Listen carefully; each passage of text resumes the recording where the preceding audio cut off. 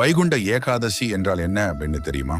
இந்த டிசம்பர் 30ஆம் தேதி உத்தர தரிசனத்தை காண உங்கள் அருகிலுள்ள விஷ்ணு கோவிலுக்கு செல்லுங்கள். வைகுண்ட ஏகாதசி என்பது வருடத்தில் ஒரே ஒரு முறை வரும் மிக அற்புதமான நாள். இந்த ஏகாதசி மகாவிஷ்ணுவின் இருப்பிடமான வைகுண்டத்தோடு தொடர்புடையது. இந்த நாளில் கட்டுப்பாடு, விரதம், காத்திருப்பு மற்றும் ஒழுக்கம் ஆகியவற்றின் முக்கியத்துவத்தை பற்றி பழங்கால மரபுகள் பேசுகின்றன. இந்த ஒரு நாள் வருடம் முழுவதும் வரும் 24 ஏகாதசிகளுக்கு சமமானது. பத்ம புராணத்தின்படி வைகுண்ட ஏகாதசியை முக்கோடி ஏகாதசி என்றும் கூறுவார்கள். அன்று வடக்கு திசையில் உள்ள வைகுண்ட வாசல் திறக்கப்படும் போது அதனை மோட்ச துவாரம் என்றும் அழைப்பார்கள். அந்த சமயத்தில் முக்கோடி தேவர்களும் இந்த வைகுண்ட வாசல் வழியாக ஸ்ரீ மகாவிஷ்ணுவை தரிசிக்க செல்வார்கள்.